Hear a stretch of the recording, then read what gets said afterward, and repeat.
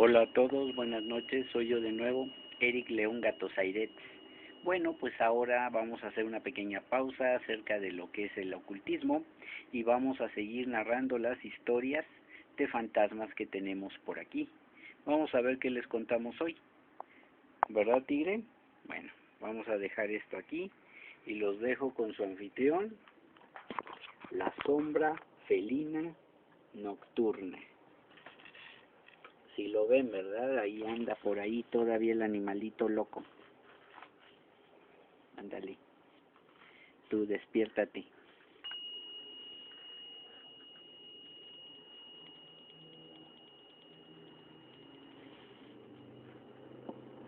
¿No vas a empezar o qué? Se declara en huelga. Perfecto. Bueno, hola, ¿cómo están? Soy yo, la sombra felina nocturna, y el día de hoy, pues la verdad sí les quiero contar algo sobre lo que son, de nuevo, hombres lobo. A lo mejor dicen, ya estoy harto de todo esto, pero pues ni modo, es lo que hay esta noche y es lo que vamos a grabar. Les vamos a leer la historia de Licaón, el primer hombre lobo. A los hombres lobos se les dice licántropo, del griego likos, que significa lobo, y antropos, que quiere decir hombre. Tuvo su origen en la antigua Grecia, en donde nace el mito que se alimenta de las prédicas de los trovadores. Publio Ovidio Nasón, filósofo que en su obra Metamorfosis, y ya estamos hablando de un romano, nos habla del primer caso de licantropía documentado. Licaón era hijo de Pelasgo, primer hombre que vivió en la Arcadia, una ciudad que él mismo fundó, pobló y posteriormente enseñó a la gente que vivía allí a comportarse en forma civilizada, cubrirse el cuerpo, comer alimentos cocidos, vivir en cabañas. Cuando murió el buen Pelasgo, su hijo Licaón heredó todo. Era tan sabio e inteligente como su padre, aunque estableció en sus tierras los sacrificios humanos y la antropofagia, o sea, comer carne humana. Sobre una montaña, él fundó la ciudad de Licosura, la más antigua de toda Grecia. En lo más alto construyó un templo en honor a Zeus, el dios del rayo, comenzando con la práctica de los sacrificios humanos. Pero allí no se sacrificaban personas de la región. A quienes privaban de la vida eran los viajeros que pasaban por el lugar. El dios Zeus, al saber las abominaciones, quiso saber lo que estaba pasando. Se hizo pasar por un visitante. Los arcadios se dieron cuenta de que era un dios porque reflejaba luz, pero Licaón quiso saber si era o no un dios y le sirvió carne humana que provenía del frágil cuerpo de su hijo. Zeus, enfurecido, con sus rayos destruyó todo, también el palacio, y como su nombre significa lobo, lo convirtió en un feroz lobo. Ovidio habla así de la transformación. En vellos se vuelven sus ropas, en patas sus brazos, se hace lobo y conserva las huellas de su vieja forma. Le dio la gracia que cada 10 años, si no había comido carne humana, volvía a ser humano.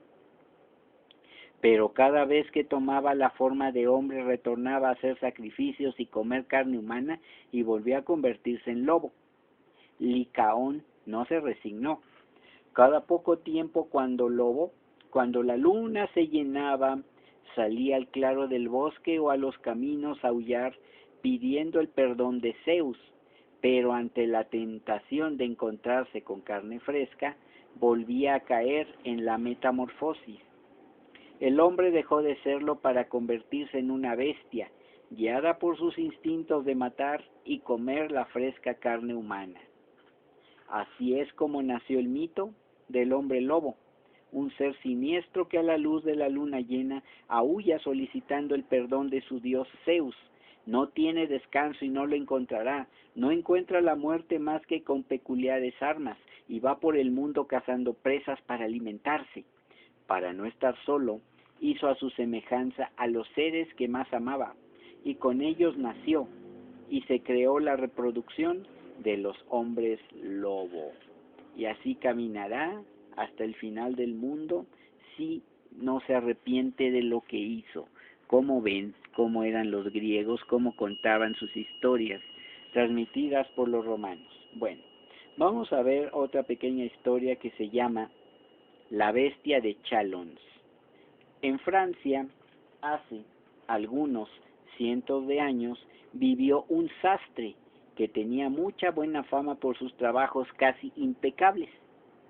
Lo frecuentaba gente de toda clase social y era tan amado que nadie hubiese imaginado que tras esas manos diestras para la confección se escondía un temible y sediento animal. Corría el año de 1598. Las campanas replicaban el inicio de un juicio. Cada uno de los habitantes de Chalons acudió para desahogar las pruebas que tenían en contra del sastre, quien permanecía encerrado en una celda amarrado de manos y pies. Las acusaciones en su contra eran bastante graves, pero lo eran más las aparentes evidencias de los crímenes que había cometido. Niños desmembrados y desaparecidos durante años en la región. Después del juicio, todos los documentos sobre su proceso fueron destruidos para que nadie se enterara de sus abominaciones. Sin embargo, había muchos rumores de la gente que fueron escritos de manera clandestina para dejar constancia de los actos cometidos por este individuo. Según estos, el sastre atraía a los niños a su tienda por medio de dulces, y cuando eran muy pobres les decía que les daría ropa sin costo alguno. Para cuando se ganaba su confianza, pues sabía cómo debía tratar a los niños, los hacía pasar a la parte trasera de una tienda donde había mandado poner madera y telas en las paredes para aislar cualquier ruido. Aparentaba tomar sus medidas, los desnudaba y los degollaba. Después los desmembraba y sacaba la piel con la habilidad de un carnicero. Las partes del cuerpo que más le gustaban las guardaba para luego, poco a poco, comerlas mientras se hacía de una nueva víctima. Pasaron años antes de que se vincularan las desapariciones con el encantador y adiestrado sastre. Dejaba que pasaba un tiempo antes de atacar nuevamente, de tal modo que las muertes no eran tan seguidas como para sospechar de alguien en particular. Así, él devoraba los restos con calma y se daba un gran banquete. En las actas clandestinas se estipuló que durante el tiempo en que no consumía carne humana, por haber agotado sus reservas, tenía otra forma de conseguirla. Al parecer frecuentaba los bosques bajo la forma de un lobo, una bestia devoradora que esperaba, vigilaba y tendía trampas a hombres y niños para después comerlos hasta quedar satisfecho. La bestia poseía un olfato desarrollado que utilizaba para distinguir a sus víctimas humanas de simples animales del bosque. Se creía que de esta forma había matado a más de una docena de personas. Una vez que el sastre fue detenido, confesó su lista de crímenes. Los oficiales revisaron su tienda y encontraron una tétrica escena, para la que no estaban preparados, ya que en la parte de atrás se encontraban barriles llenos de huesos humanos. La mayoría eran osamentas de niños que parecían tener bastante tiempo ocultos. También hallaron las ropas de las personas desaparecidas, de tal modo que no había duda alguna de que el asesino era el sastre. El sastre fue sentenciado a morir en la hoguera. Según las mismas actas, mientras el cuerpo del hombre se quemaba en las llamas, éste no mostraba signos de dolor y mucho menos de arrepentimiento. Los ojos se le llenaron de ira. se le alargaron cual si fueran los de un canino y sus dientes se afilaron. Nunca jamás pidió clemencia, sino hasta que el último extremo de su cuerpo se quemó. Echó blasfemias y maldiciones al pueblo de Chalons, asegurando que más de los de su especie arribarían hasta ese lugar para continuar alimentándose de las generaciones de todos los que en esos instantes disfrutaban al verle arder. Pues sí, esto es lo que nos cuenta esta pequeña historia, y así es como acabó el lobo, un lobo malvado que espero que jamás se haga realidad. Bueno, aquí ya conocemos cuáles son nuestros hombres lobo, ya hablé mucho de ellos. Muy bien, les vamos a leer otra pequeña historia, bueno, vamos a contárselas como quien dice, porque mi tigre lo que quiere aquí es también comer, pero no sé qué quiere comer. Si se la ha pasado comiendo croquetas a cada rato. Quiere jugar con una pelota. Ni que fuera perro, ¿verdad? Este sí que no hace honor al gremio felino, pero en fin, vamos a ver. Ya les había contado yo la historia de los dientitos, del callejón del diablo, me parece que no se los he contado. Bueno, dice, el sitio de Marras es el llamado Callejón del Diablo, un lugar en otros tiempos oscuro y lúgubre que se dilataba entre la ahora avenida Río Mixcoac hasta la calle Campana. Algunas versiones aseguran que en ese lugar un descampado sin más referencias que un grupo de tétricos árboles y una casucha sin habitantes comprobables era sitio de ritos diabólicos o de realidades inconfesables e incomprobables como un aquelarre. Fuera lo que fuese, nadie se aventuraba a poner un pie allí luego de la caída del sol. Todos los rumores posibles, creíbles o increíbles, corrían sobre ese lugar. Fue entonces que dos pícaros concibieron una idea para ganar dinero a través de la sencillez del alma humana. Afirmaron haber pasado por el callejón a altas horas de la noche y haber sido abordados por un desconocido con aspecto extraño y aterrador, una extraña mezcla entre el lucifiero y el charro negro, que los había interpelado y les había exigido tributo para pasar por allí, so pena de asesinarlos y de arrastrar al infierno sus almas. Ay, míralos, vamos a ver por qué. Los dos hombres dijeron haber entregado cuanto poseían, gracias a lo cual estaban vivos, y haber oído de parte de aquel misterioso hombre una amenaza. Si el pueblo no proseguía con sus ofrendas, una terrible desgracia se abatiría sobre todo, y encima de todo esto esta criatura daría rienda suelta a sus instintos y comenzaría a matar a los pobladores para llevárselos al infierno. Para evitarlo, era preciso depositar ofrendas de valor en el centro del callejón y dejarlas allí para que con la caída de la noche ese espíritu inmundo se saciara. Sí, el espíritu de la avaricia. Ya vimos, espérate, no me rasguñes, no rasguñes, no. Bueno, quizás algún vecino haya sospechado de la aversión de estos ladronzuelos, pero si fue así, nadie lo dijo en voz alta. Desde aquel día, los habitantes de los barrios aledaños al callejón se afanaron en satisfacer las ansias de oro del diablo. Dinero, alhajas, valores, todo aquello que poseían los lugareños fue dejado en la vacía soledad del callejón. Bueno, tarugos a cada rato, dicen, un tonto nace a cada segundo, o algo así. Naturalmente nada de todo esto permanecía con la llegada del día. A la mañana siguiente todo había desaparecido. Claro, le salían patas en las noches, ¿verdad? Durante meses la historia fue la de costumbre. Los pícaros se alzaban con el botín y repetían ante quien lo requiriera que era necesario hacer este sacrificio. Incluso contaron la historia en varios vecindarios aledaños con distinta suerte. Todo seguía su curso normal y las arcas de estos tahúres se llenaron de oro.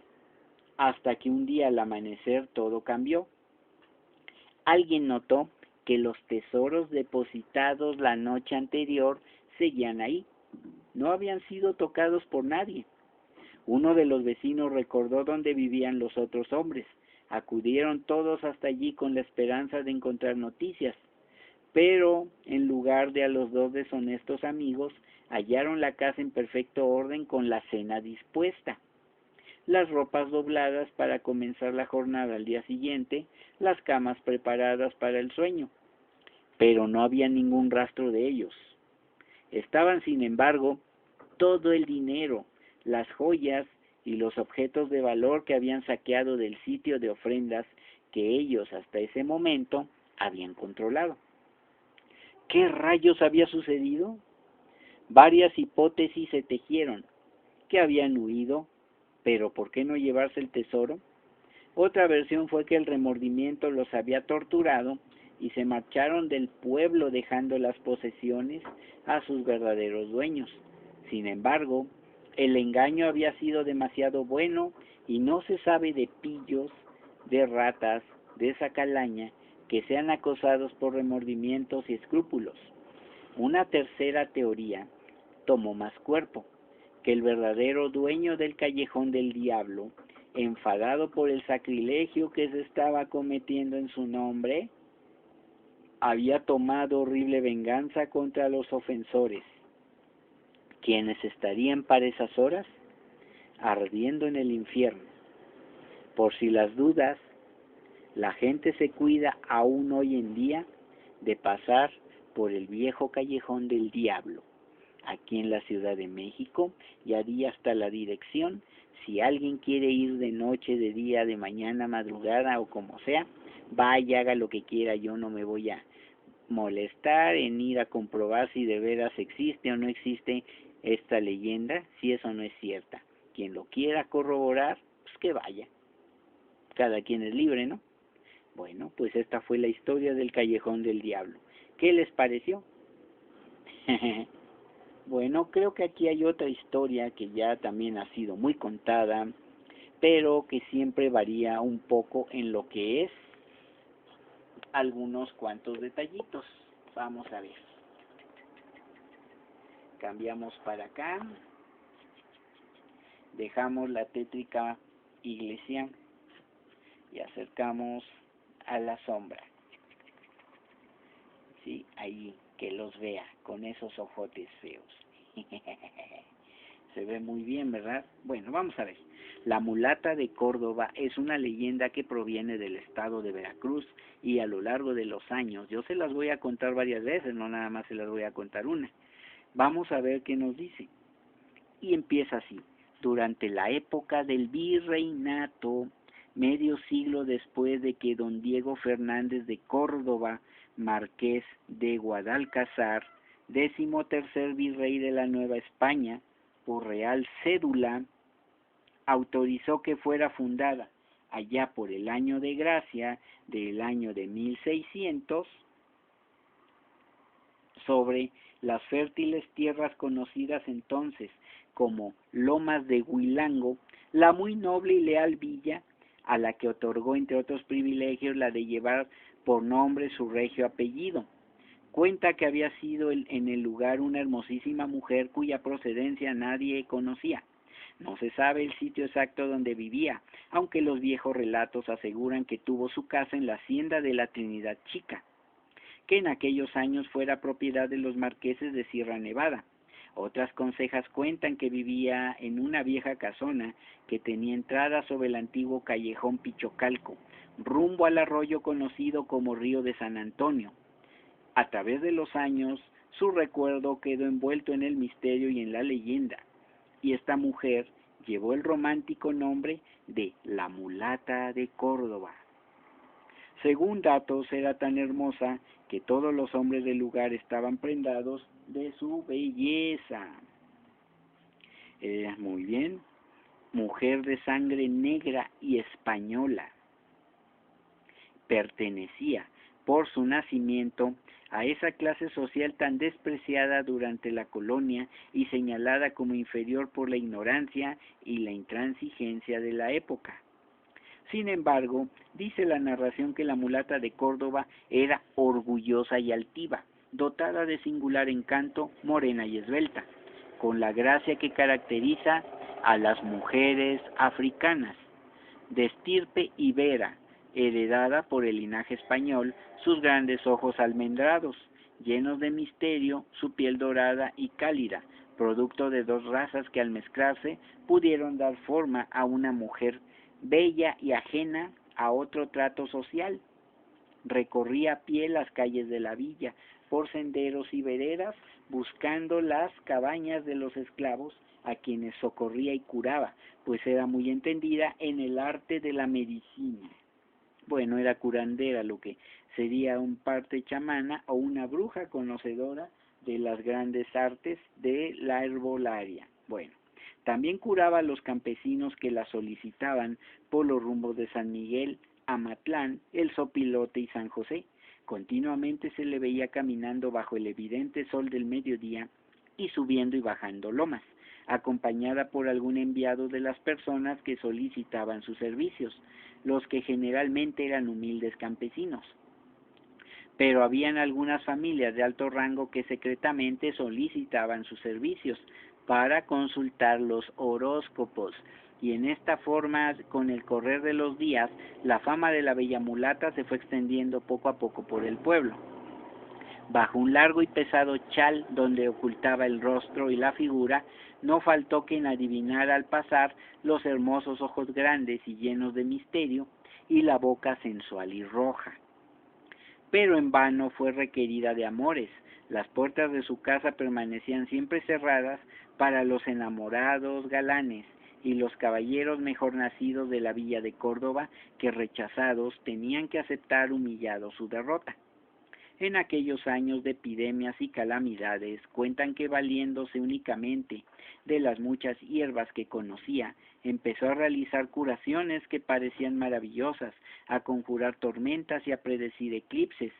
Pronto la superstición se encargó de decir que la hermosa mulata tenía pacto con el diablo, y como la veían vestirse con finos vestidos, se dio por aceptada que poseía mágicos poderes. Se contaba también que por las noches en su casa se escuchaban extraños lamentos y que veían salir llamas de sus cerradas puertas, y cuando algunas personas la espiaban, las atacaba y después perdías en la oscura noche sin dejar rastro. En varias ocasiones fue vista simultáneamente en distintos rumbos de la villa, pues poseía también el don de la ubicuidad. Todos estos consejos llegaron prontos a oídos del Tribunal de la Inquisición, muy severa en aquellos años con los individuos, y en salmitas a quienes castigaban con los famosos autos de fe, juzgándoseles como brujos o charlatanes. Aunque no se sabe si fue sorprendida practicando la magia, el caso es que los viejos relatos afirman que fue conducida al puerto de Veracruz, donde se le hizo encarcelar en el castillo de San Juan de Ulúa para ser juzgada como hechicera. Allí fue encerrada en una de las celdas donde pasaba las horas tras los pesados barrotes a la vista del carcelero. Un día, la hermosa joven, quien a base de buenos tratos se había ganado la estimación de su guardián, le rogó amablemente que le consiguiera un pedazo de carbón. Extrañado el guardián por tan raro antojo, pero ansioso de servir a tan bella prisionera, el hombre llevó a la celda lo que aquella mujer le pedía. Dice la leyenda que la mulata dibujó sobre las sombrías paredes una ligera nave con blancas velas desplegadas que parecía mecerse sobre las olas. El carcelero admirado le preguntó qué significaba aquel prodigio. Cuenta que la joven, con una encantadora sonrisa, le comentó que en ese hermoso velero iba a cruzar el mar, y dando un gracioso salto, subió a cubierta diciendo adiós al asombrado guardián, que la vio esfumarse con la nave por una esquina del oscuro calabozo. Al día siguiente se dieron cuenta los demás guardianes que su compañero se encontraba con las manos sobre los barrotes y que había perdido la razón. dieron parte al jefe del presidio que la joven mulata no se encontraba en el interior de la prisión. Del fondo del recuerdo, a través de la bruma de los siglos y envuelta en los ropajes de la fantasía, la romántica figura de la mulata de Córdoba pasó ante nosotros altiva y misteriosa, dejándose tras de sí un suave perfume de poesía y de leyenda. Y esto es como acaba en este caso la leyenda de la mulata de Córdoba. Creo que ya se las he narrado en algunas ocasiones, pero bueno, vamos a seguir viendo qué cosa es lo que podemos ver en esta otra historia. ¡Aú!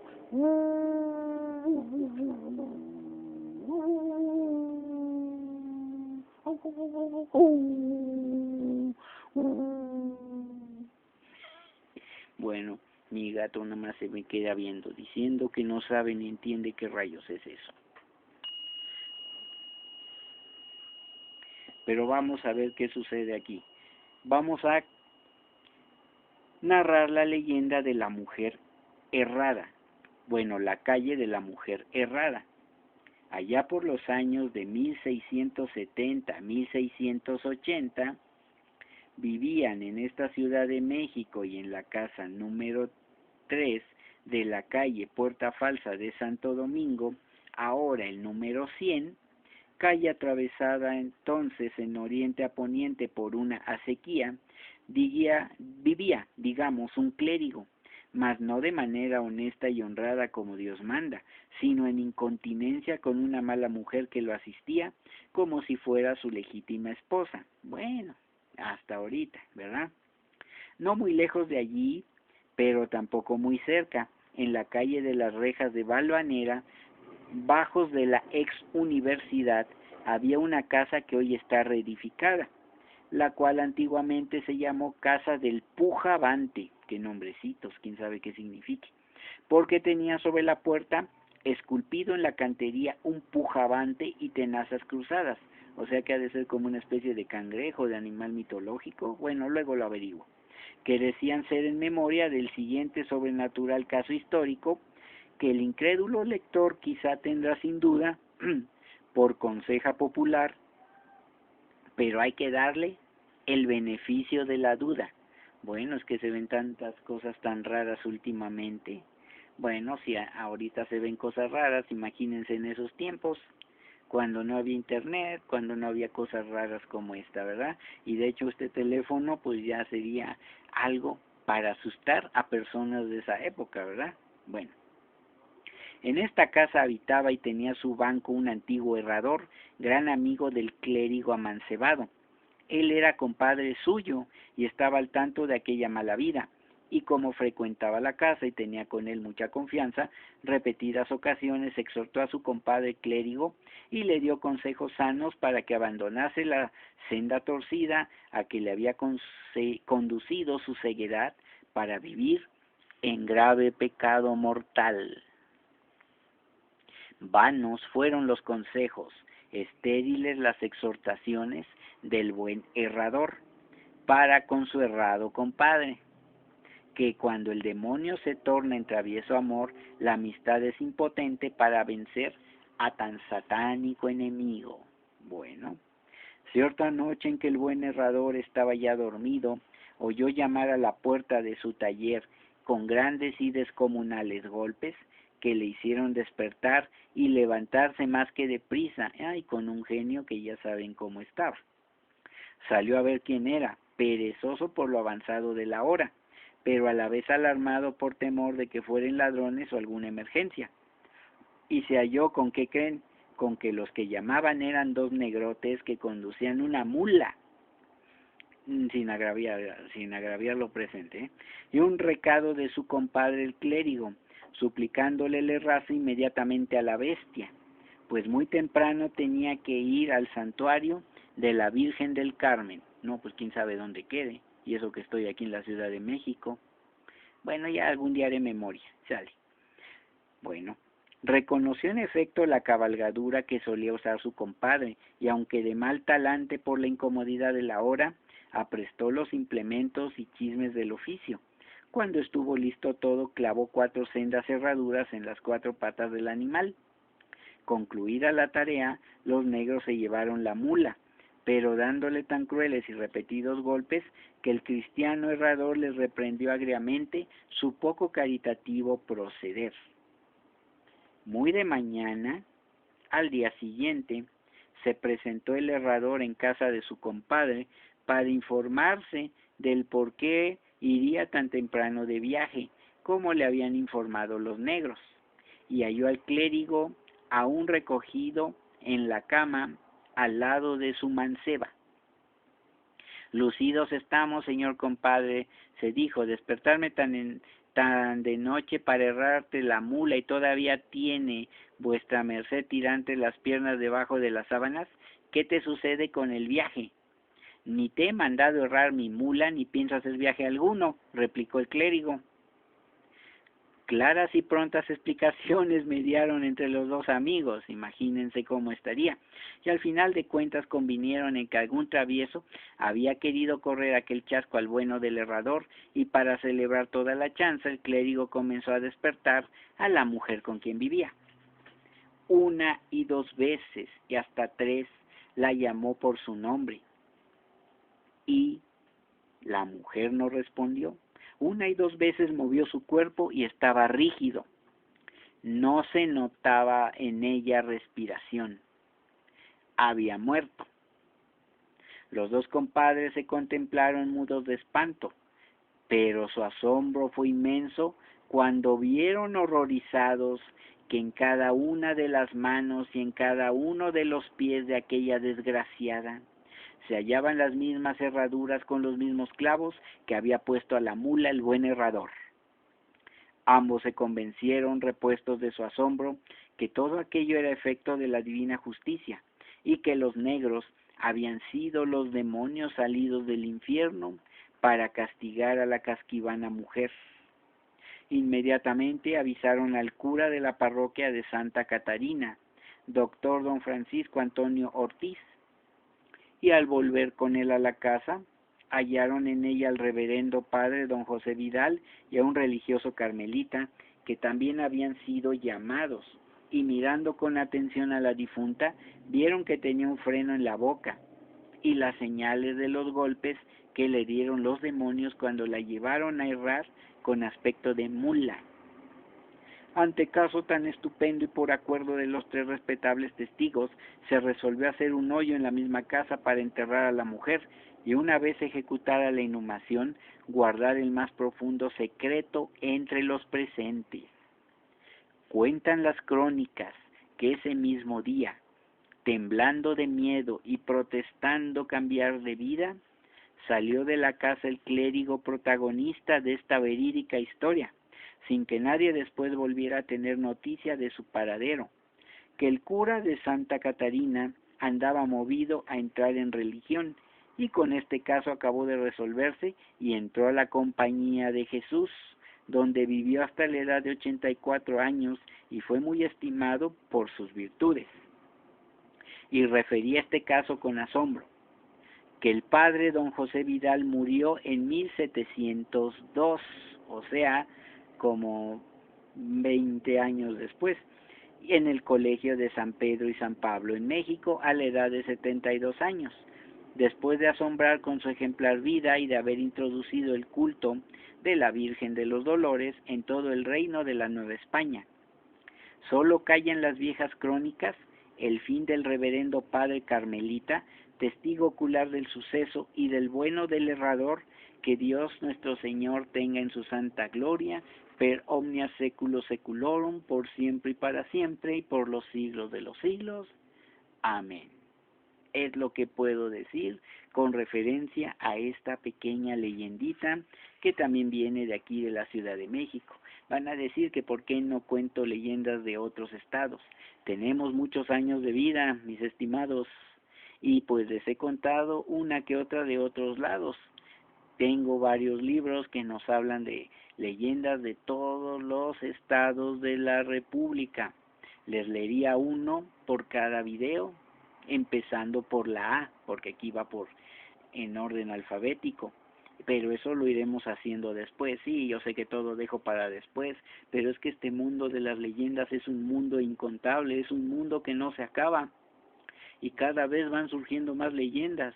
Apenas acabo de contar una y el otro ya me contaron una que sucedió hace 15 días, pero que le sucedió al papá de un amigo del padrino de sepa la manga quién, ¿verdad?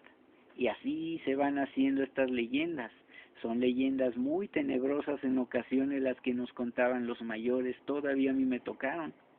Claro que yo no hice eso de que me contaran leyendas alrededor de una fogata, eso solamente se ve en las películas gringas, y digamos que esas sí son puras gringaderas, pero en fin, así es como están las cosas.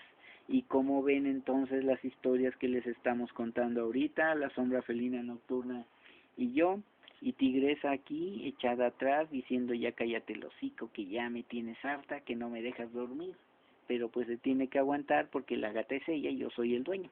Bueno, eso creo, ¿verdad? En fin, vamos a ver qué más hacemos después. Les cuento otra.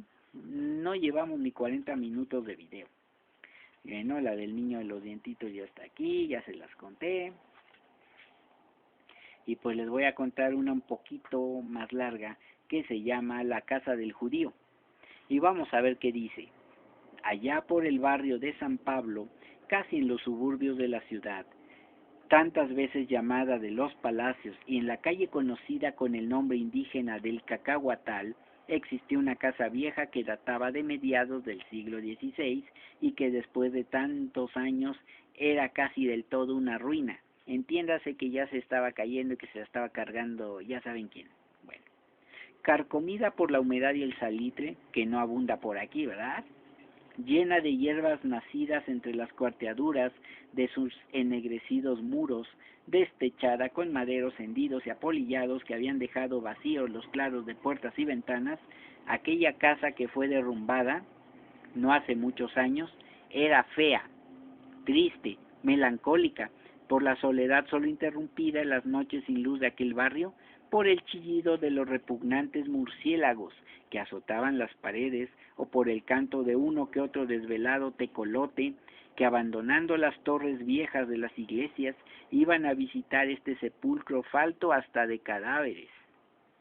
La casa por lo demás era del estilo usado entonces, con cruces, emblemas, letras, glifos y adornos que casi borrados ostentaba la fachada. Más parecía haber sido la tranquila mansión de un obispo o de un solitario religioso que huye del bullicio de la ciudad que la morada de un judío. Empero, aun sin haber encontrado, a pesar de repetidas investigaciones, el fundamento histórico de la creencia popular desde nuestros abuelos, hemos oído referir que en la citada casa vivió don Tomás Treviño y Sobremonte, judaizante que fue quemado vivo por la Santa Inquisición. Pero ¿quién fue ese célebre personaje?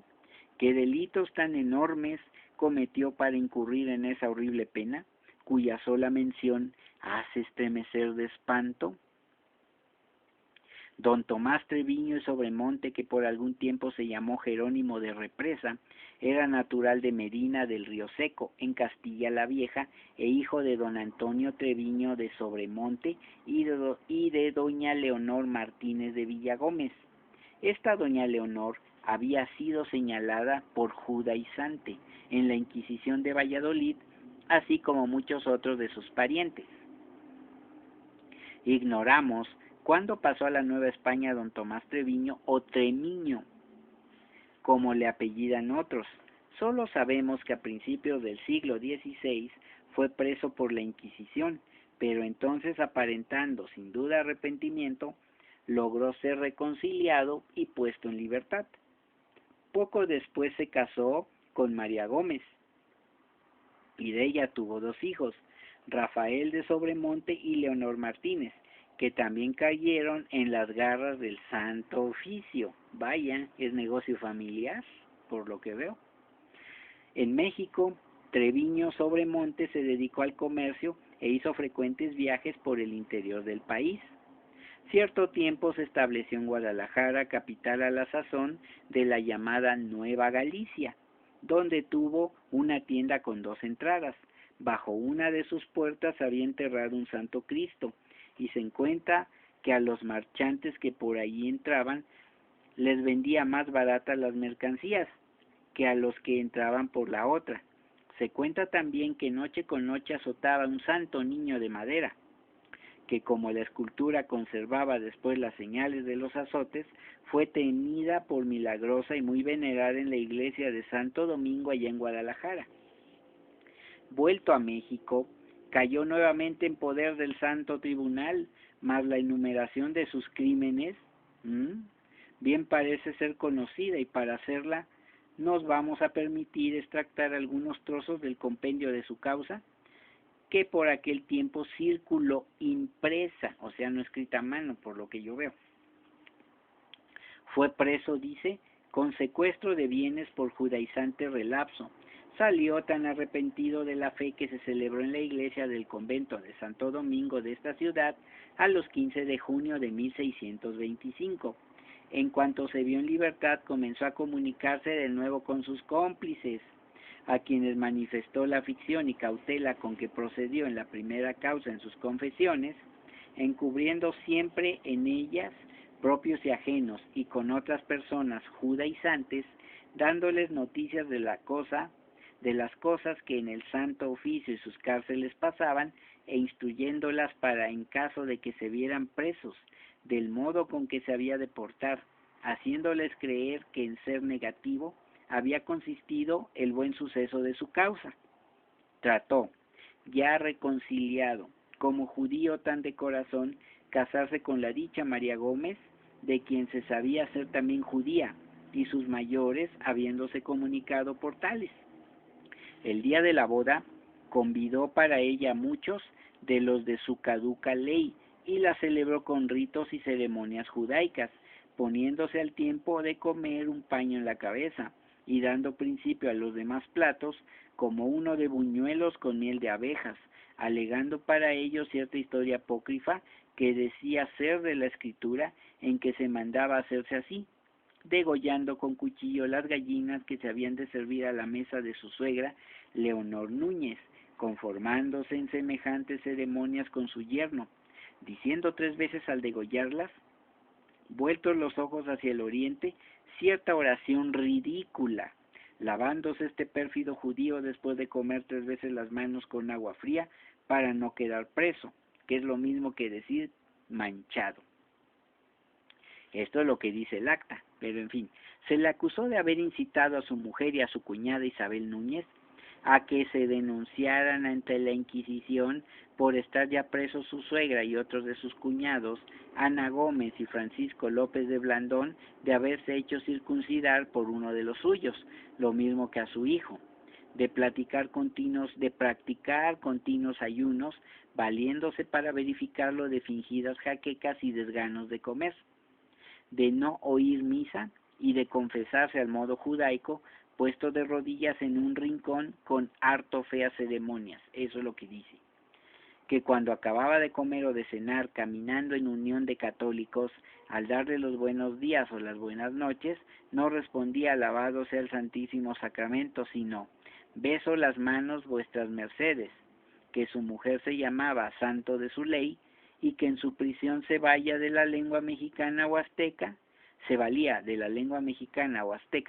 para comunicarse con su cuñado Francisco de Blandón, que maldecía, en fin, repetidas veces al Santo Oficio, a sus ministros, a los que le fundaron y a los reyes que les tienen en sus reinos. Eso es lo que dice las actas.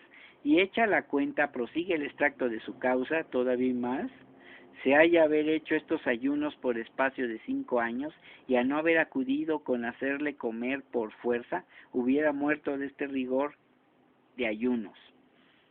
Los delitos suyos, si se hubiesen de referir, pedían volumen grande. Basta decir que la noche que se le notificó su sentencia de relajación, descubrió el rostro y se quitó la máscara de fingido católico, y dijo que era judío, y que quería morir como tal y que le cogía la muerte habiendo acabado de hacer un ayuno de 72 horas, diciéndole que había de morir al día siguiente, dijo que no, sino en el día que estaba contando el día al modo judaico de puesta del sol a sol. Seamos justos, leyendo las líneas anteriores se pregunta uno, ¿fue aquel infeliz judío un fanático? ¿Sus sectarios no le contarán por ventura en el número de los mártires de su religión? El 11 de abril del año 1649 celebró la Inquisición uno de los más notables y pomposos autos, y entre otros fue juzgado y condenado a ser quemado vivo don Tomás Treviño de Sobremonte. No describiremos la famosa procesión de la Cruz Verde que salió la víspera, ni conduciremos al lector al tablado que se levantó en la plazuela del Volador, apoyado en la fachada de la iglesia de Portacelli, ni oiremos la famosa lectura fastidiosa de muchas causas insípidas y monótonas. Solo seguiremos a don Tomás Treviño. Pues sí, si ya se las leí, para que aparte nos hacían el favorcito de volverlas a poner, ¿verdad? Salió al cadalso con San Benito y Coroza de condenado, sin cruz verde ni vela verde en las manos, ya que no las quiso admitir. Mordaza en la boca porque eran tantas las blasfemias que decía, que se usó de este medio, que no aprovechó según las bravuras que hacía, y fue entregado a la justicia y brazo seglar.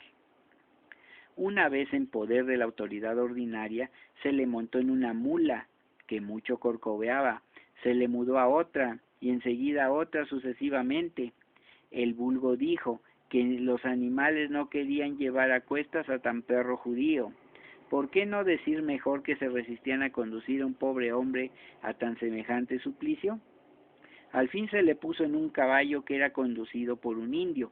El indio exhortaba a Sobremonte para que creyera en Dios Padre, Dios Hijo y Dios Espíritu Santo, pero a las palabras que acompañaban la acción, dándole tremendos puñetazos al pobre judío. ¡Qué espectáculo! Un siervo de la colonia atormentando a una víctima de su dominador. El reo en su cabalgadura atravesó la plaza, los portales, las calles de Plateros y de San Francisco, hasta llegar al quemadero, situado en el convento de San Diego y la Alameda. De hecho, en la Alameda Central todavía hay una placa que dice, aquí estuvo el quemadero de la Inquisición. Bueno, se le amarró al garrote del suplicio. El gentío era inmenso. Llenaba todas las avenidas, las azoteas de las casas vecinas, las torres de las iglesias de San Diego y San Hipólito, las ventanas y todas las copas de los árboles de la Alameda, lo cual es decir mucho. Quien conoce la Alameda Central sabrá lo que digo, y esto se me hace exagerado, pero en fin. Esa multitud estaba formada de curiosos que iban a presenciar un acto teatral y de devotos que esperaban ganar miles de indulgencias. Esto sí no es cierto, nunca se ganó indulgencia por ver a alguien morirse, no me acuerdo que haya esto, pero en fin, los sentimientos humanitarios se escondían allá, en el fondo de sus corazones. Estaba prohibida bajo severas censuras la compasión. De repente se encendió la llama de la hoguera, chisporrotearon los maderos secos, y el humo se elevó como huyendo de aquel horrible espectáculo. La víctima, casi sofocada, más sin exhalar un grito ni un gemido, ni una queja la más leve, se contentó con exclamar recordando sus bienes confiscados y atrayendo con los pies las brasas escondidas: «Echen leña, que mi dinero me cuesta». Desde aquella noche en la vieja casa del judío se escucharon los lamentos del desventurado, habiendo quien aseguraba haber visto por entre las desvencijadas ventanas el espantoso espectro chamuscado del judío, clamando justicia al cielo. Y en fin, esta es la historia de la casa del judío. Como ven, mis queridos felinos nocturnos, pues hasta aquí por esta vez dejamos las historias.